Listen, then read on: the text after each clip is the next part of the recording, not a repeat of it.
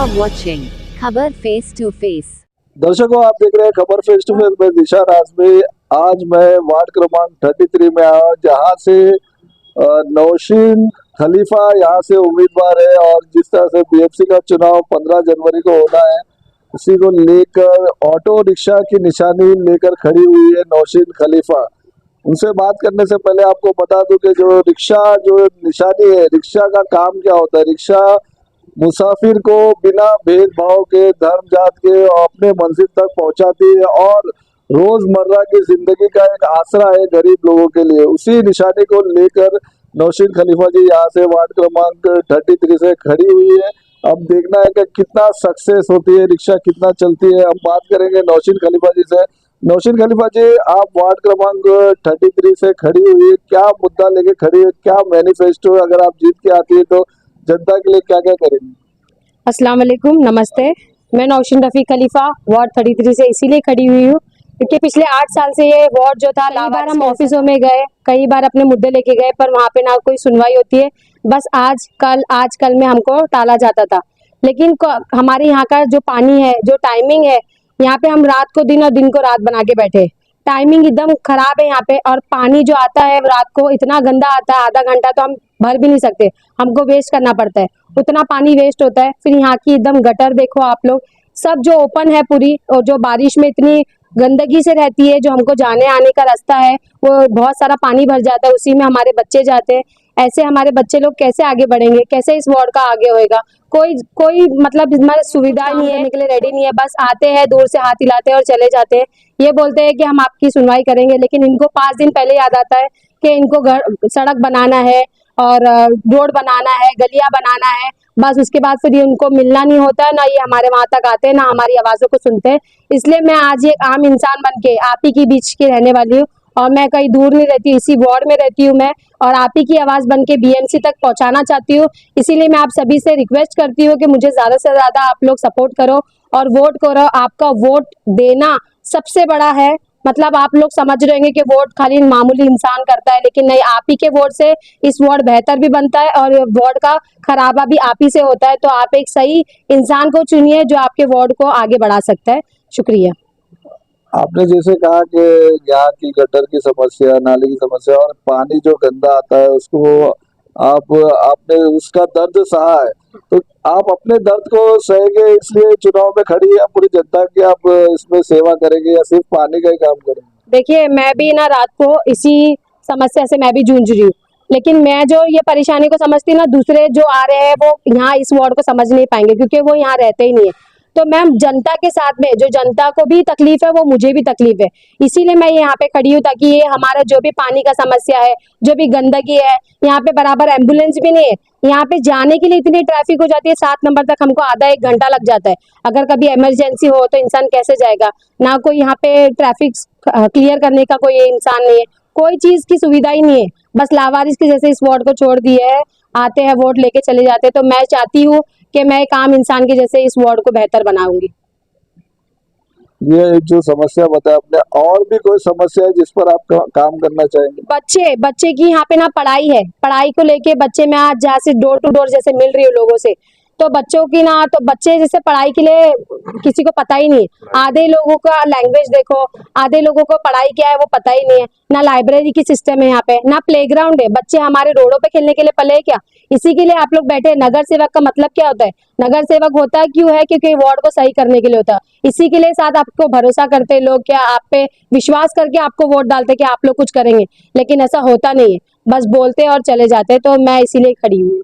आपने door to door rally लेके campaign चलाया, तो किस तरह से जनता का रिस्पांस था, क्या क्या शिकायत थी हमारे? जनता का तो देखो, मैं तो पहली बार इलेक्शन में खड़ी हुई हूँ, लेकिन बहुत ज़्यादा अल्हम्दुलिल्लाह बहुत सारे लोगों ने मेरे साथ जुड़े, बहुत लोगों ने अपनी परेशानी भी बताई कि हमको ये तकलीफ है, और उनको नाराज़गी भी थी। जाहिर सी बातें होना भी चाहिए। जैसे अगर मैं भी आम इंसान रहती तो मैं भी नाराज़गी करती थी कि ये लोग सिर्फ वोट मांगने आते। लेकिन जब उन्होंने मेरी बातें सुने, जब मैंने अपने सारे मुद्दे बताई कि मैं जो आप परेशानी से जूझ रहे हो वो मैं भी, मेरे साथ भी होता है, तब जाकर उनको लगा कि हाँ, इसको एक मौका देना चाहिए। तो मैं आप सभी से बोलती हूँ कि एक रिक्वेस्ट करती हूँ कि मुझे ज़रूर जिताइए। मैं खाली बोलने के लिए नहीं करूँगी, आपको 5 साल यहीं रह के इस वार्ड को बेहतर बनाऊंगी इंशाल्लाह। तो आज जो आप वादा कर रहे हैं, अगर जीतती है तो पूरा वादा करेंगे कि लोगों को आपके ऑफिस में भी लाइन लगाना पड़ेगा? नहीं नहीं नहीं, ऐसा बेशक ऐसा बिल्कुल नहीं करूंगी मैं।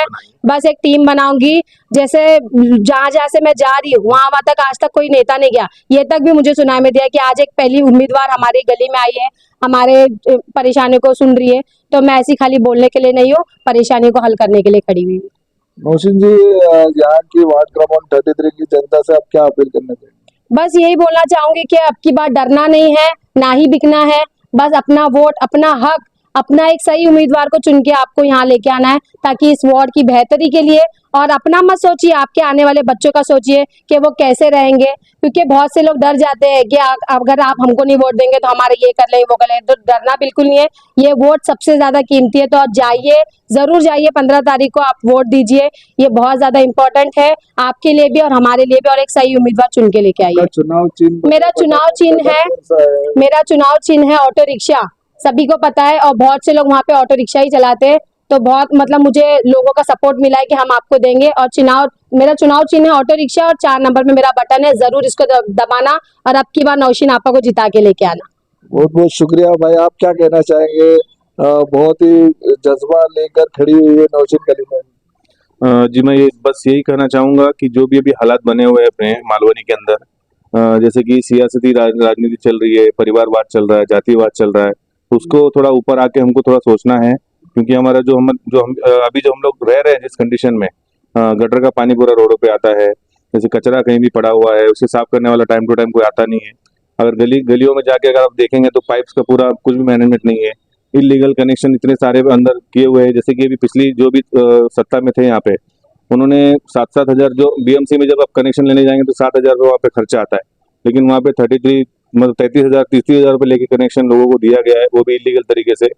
वो कब उसका कुछ नोटिस आएगा, कब वो कटेंगे, कब लोगों के घर का पानी बंद हो जाएगा, उसका कुछ गारंटी नहीं है। इसलिए एक ऐसे उम्मीदवार को आप चुन के लाइए जो आपके साथ ईमानदारी से साथ में रह के काम करे और वार्ड के अच्छे के लिए काम करे। नौशीन खलीफा जी के बारे में बताइए हमारे दर्शकों को। जो दर्शकों, मैं बोल रहा हूँ कि अभी नौशीन खलीफा मेरी वाइफ है, तो उनके मतलब एक कॉन्फिडेंस में उनको बहुत है और थोड़ा कुछ कर दिखाने की उनके अंदर एक इच्छा है। तो आप अगर उनको चुन के लाएंगे तो जरूर आपके वार्ड के लिए वो काम करेंगी।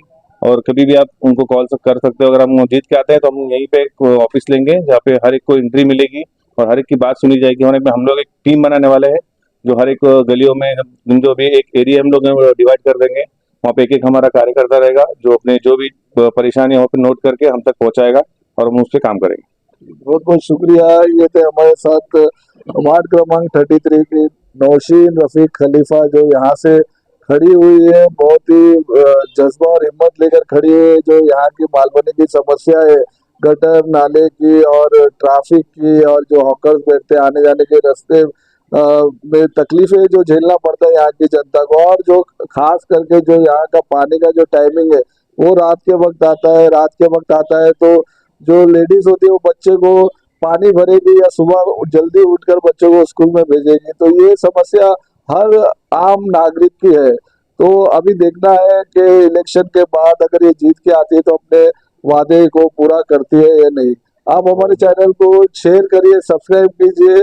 और आखिर में कुछ कहना चाहेंगे? मैं ये कहना चाहता हूँ कि अभी जो इलेक्शन के टाइम जो लोगों को मतलब दूसरे जो पार्टीज के लोग जो वादे कर रहे हैं, हम उतने बड़े बड़े वादे तो नहीं करेंगे। जैसे कि इंफ्रास्ट्रक्चर लाएंगे, बड़े बड़े हॉस्पिटल्स बनाएंगे, कॉलेजेस बनाएंगे, ये सब हमारा काम नहीं है। जो बेसिक चीजें जो रहती है, जो लोगों को रहने के लिए, जो अच्छे से रहने के लिए, साफ सफाई हो गई या फिर हेल्थ केयर हो गया या फिर ट्रांसपोर्टेशन हो गया, ये सब चीजों पे हम ध्यान देंगे, ना कि बड़े बड़ी वादे करके हम लोग बाद में उस चीज से मुकर जाएंगे। जो कारपोरेटर का काम रहता है वही सब करेंगे। बड़ी ईमानदारी से इन्होंने अपना पक्ष रखा। और हमारा इंटरव्यू आप लोगों को कैसा लगा आप कमेंट करके बताइए। शुक्रिया। जय हिंद, जय महाराष्ट्र।